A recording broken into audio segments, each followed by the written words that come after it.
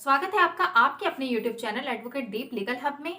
आज के इस वीडियो में हम बात करेंगे कि अगर आपके ऊपर 498A का झूठा मुकदमा हो जाता है या आपके खिलाफ झूठी कंप्लेन की जाती है इस तरह की, तो आपको ऐसी स्थिति में क्या करना चाहिए। कौन कौन सी ऐसी बातें हैं जिन बातों पर ध्यान देते हुए आप ऐसे केसेस से अपने आप को बहुत ही आसानी से बाहर निकाल सकते हैं और जल्द ही इस तरह के झूठे केसेस से आप छुटकारा पा सकते हैं। आज के इस वीडियो में इससे संबंधित सभी बिंदुओं पर चर्चा की जाएगी और आपको उन सारे छोटे छोटे पॉइंट्स के बारे में जानकारी दी जाएगी जो कि आपको ऐसे केसेस में ध्यान रखने की जरूरत होती है। होता क्या है कि जब आपके ऊपर इस तरह के केस होते हैं तो आप बहुत ज़्यादा परेशान हो जाते हैं। आपको उस समय समझ में नहीं आता कि आपको क्या करना चाहिए। फिर आप जगह जगह से जानकारियां इकट्ठी करने लगते हैं। आप कई लोगों से बात करते हैं और उनको अपनी प्रॉब्लम बताते हैं। कई बार ऐसा भी होता है कि आपको जो दूसरे इंसान से जो आपको जानकारी दी जाती है वो सही नहीं दी जाती, क्योंकि उनके पास भी सही जानकारी का अभाव होता है। अब ऐसी स्थिति में ऐसी सिचुएशन आ जाती है कि आपकी जो मानसिक स्थिति होनी चाहिए थी वो नहीं रह जाती और ऐसे केसेस को लेके आप बहुत ज्यादा परेशान हो जाते हैं, जिससे कि आप कभी कभी डिप्रेशन में भी चले जाते हैं। तो इस तरह की स्थिति से बचने के लिए कुछ ऐसी चीजें होती हैं जो कि आपको ध्यान रखने की जरूरत होती है। अगर आप इन सारी बातों को आप फॉलो करते हैं तो निश्चिंत ही आप बहुत जल्द ऐसे झूठे केसेस से बाहर हो जाएंगे और आपकी जो लाइफ आपकी डमाडोल हुई है वो भी अपनी अच्छी पोजीशन पर आ जाएगी। अब चलिए हम बात करते हैं कि अगर आपके ऊपर 498A की झूठी कंप्लेन आपके खिलाफ की जाती है या आपके ऊपर मुकदमा किया जाता है तो आपको क्या करना चाहिए। सबसे पहले तो आपको ये जानना जरूरी है कि इस तरह के जो केसेस होते हैं वो 90% दिमाग की और 10% कानूनी लड़ाई होती है। इसका मतलब ये हुआ कि जो ऐसे केसेस से लड़ने में जो सबसे ज्यादा जो मदद करता है वो है आपका दिमाग। तो इसलिए बार बार आपसे ये कहा जाता है कि आप एक धैर्य बनाए रखिए और आप अपनी आपका जो मानसिक स्थिति है आप उसको सही रखिए। मतलब कि आपको बहुत ज्यादा सोचने की जरूरत नहीं है। आपको इस तरफ दिमाग नहीं ले जाना है कि अब क्या होगा, अब हमें जेल हो जाएगी या हम ऐसी लड़ाइयां हम लड़ते रहेंगे या सोसाइटी में लोग क्या कहेंगे। इस तरह की बातों पर अगर आप ध्यान देंगे तो आप कभी भी अपने केस को अच्छे तरह से लड़ नहीं पाएंगे। अगर आपके ऊपर केस हुआ है और झूठा केस है तो आप पहले तो ये बात अपने दिमाग से लगा दीजिए कि निकाल दीजिए कि समाज क्या कहेगा। समाज क्या कहेगा, जो भी कहेगा आपके पीछे कहेगा, क्योंकि आपके मुंह पे कोई भी कभी भी बोलने नहीं आएगा। तो आप पूरा अपना जो आपका दिमाग है वो आप पूरा दिमाग इस तरफ लगाइए कि आपको ऐसे केसेस से खुद को बरी कैसे करवाना है। एक बार अगर आप बरी हो जाते हैं तो समाज जो आज आपको गलत कह रहा है वही समाज फिर आएगा और आपसे कहेगा कि नहीं, आपकी पत्नी ने बहुत गलत किया आपके साथ। तो इस तरह की चीजें तो आप बिल्कुल ध्यान मत रखिए कि समाज क्या कहता है। दूसरी बात, अगर आपके ऊपर इस तरह का कोई केस होता है तो आप अपने दिमाग को बिल्कुल शांत रखिए और साथ ही साथ आप पहले इस तरह की जानकारियां इकट्ठी करिए कि 498A और 406 में डिफरेंस क्या है। आप ये जानने की कोशिश करिए कि 498A क्या कहता है और धारा 406 क्या कहती है, क्योंकि ऐसे केसेस में अगर हम देखें तो 498A के साथ साथ 406 भी लगाई जाती है। तो आपके ऊपर जो धाराएं लग रही हैं आप उनके संबंध में पहले जानकारी इकट्ठी करिए। आप पूरी उनके बारे में जब आप पूरी नॉलेज रखेंगे अपने पास तो आपका जो दिमाग है आपका दिमाग जो आपको बार बार परेशान करता है तो आप उस स्थिति से बच जाएंगे।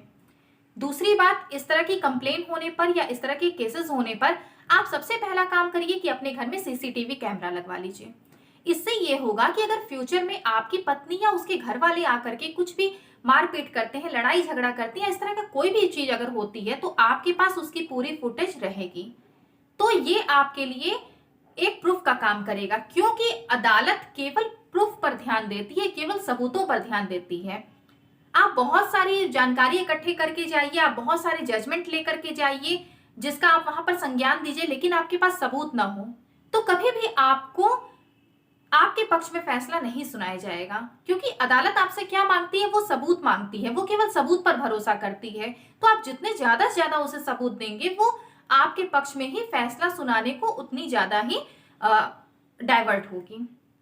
इसके बाद फिर आपको क्या करना है कि आपको फोटोज और बैंक स्टेटमेंट के का पूरा रिकॉर्ड रखना है। फोटोज कौन सी, जैसे आपकी और आपकी पत्नी के बीच में जब संबंध अच्छे थे, तो जाहिर सी बात है आप लोग कहीं ना कहीं घूमने गए होंगे या कोई फैमिली फंक्शन वगैरह हुए होंगे, तो उसमें फोटोज वगैरह क्लिक हुई होंगी। तो उन सारी फोटोज की आप अपने पास कॉपी रखे रहिए। और दूसरी बात, बैंक स्टेटमेंट, जैसे कि आपने अगर अपनी पत्नी को पैसे वगैरह सेंड किए हैं, कोई ट्रांजेक्शन हुआ है, तो उसकी जब आप स्टेटमेंट आप अपने पास रखेंगे तो वो अदालत में एज अ प्रूफ आप लगा सकते हैं, जो कि इस बात का प्रूफ देगा कि आपके और आपकी पत्नी के बीच के संबंध पहले बहुत अच्छे थे, फिर बाद में ऐसी कुछ प्रॉब्लम हुई है जिसकी वजह से पत्नी ने आपके खिलाफ कोई केस ऐसा कर दिया है, और आपकी तरफ से कहीं भी कोई भी गलती नहीं हुई है, क्योंकि आप पहले से ही पूरा ध्यान देते आ रहे हैं। इसके बाद फिर आपको क्या करना है कि आपको पैसे के लिए तो आपको सेटलमेंट बिल्कुल ही नहीं करनी है। मतलब कि अगर आपकी पत्नी कहती है कि अगर पक्ष, आप दोनों पक्ष बैठता है और इस बात पर सेटलमेंट होती है कि इतना इतना रुपए देकर के हम सेटलमेंट कर लेते हैं, तो आप ये सेटलमेंट आप मत करिए, क्योंकि आप अगर गलत नहीं है तो आपको सेटलमेंट करने की भी जरूरत नहीं है। आप बिल्कुल ही सेटलमेंट मत करिएगा पैसों को लेकर के। आपके पास अगर हाजिरी का नोटिस आता है, तो आप जब पुलिस के पास आप जाइए, तो आप कुछ लोगों को लेकर के जाइए, जैसे जो संभ्रांत व्यक्ति हों आपके आसपास के या आपके साथ के कुछ ऐसे लोग हों, तो आप उनको लेकर के जाइए साथ में और जाकर के हाजिरी दीजिए। आप जब पुलिस के पास जाते हैं तो आप उनसे कंप्लेन की कॉपी मांगिए। उनसे कहिए कि जो कंप्लेन कराई गई है उसकी एक कॉपी आपको दें, क्योंकि ये आपका अधिकार है कि आपके खिलाफ अगर कोई कंप्लेन हुई है तो उसकी कॉपी आपको मिलनी चाहिए। अगर पुलिस वाले ये मना करते हैं, वो ये कहते हैं कि हम कॉपी नहीं देंगे, तो आप आरटीआई डालिए और आरटीआई के थ्रू आप उसकी कॉपी लीजिए। इसके बाद फिर आप अपना जो भी लिखित स्टेटमेंट दीजिए, वो पूरे प्रूफ के साथ पुलिस स्टेशन में जमा कराइए। जब आप प्रूफ के साथ पुलिस स्टेशन में अपने रिटन स्टेटमेंट को आप जमा करते हैं, तो पुलिस वालों को इस बात का आभास होता है कि आपके खिलाफ जो भी मुकदमा हुआ है वो गलत है, और ऐसे केसेस में पुलिस एफआईआर लगा देती है, मतलब फाइनल रिपोर्ट लगा देती है। इसके बाद आप अगर इन सारी बातों का आप ध्यान रखते हैं, आप छोटी छोटी बातों का ध्यान रखते हैं, और इन सारी बातों का ध्यान रखते हुए अगर आप अपने 498 एक केसेस को हैंडल करते हैं, तो आपको सफलता जल्द से जल्द मिलेगी, और जो भी फैसला आएगा वो आपके पक्ष में ही आएगा। सबसे मेन बात यही है कि आप अपने लिए प्रूफ खुद इकट्ठे करिए।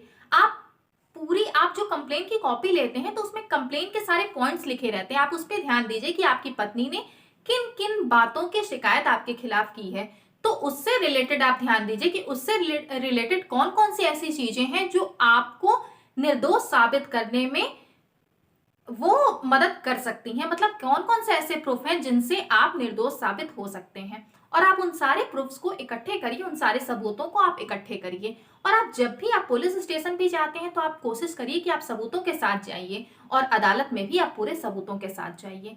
अगर आप सबूत के साथ अपना केस वहां पर लड़ते हैं, तो आपको सफलता मिलनी है, इस चीज से कोई भी रोक नहीं सकता। आपके पास क्या होता है, आपके पास अपने पक्ष को सही साबित करने की कोई भी चीजें नहीं होती हैं, कोई भी मटेरियल आपके पास ऐसा नहीं होता है जिससे आप अपने पक्ष को सही साबित कर पाइए, और ऐसी स्थिति में आप परेशान होते हैं।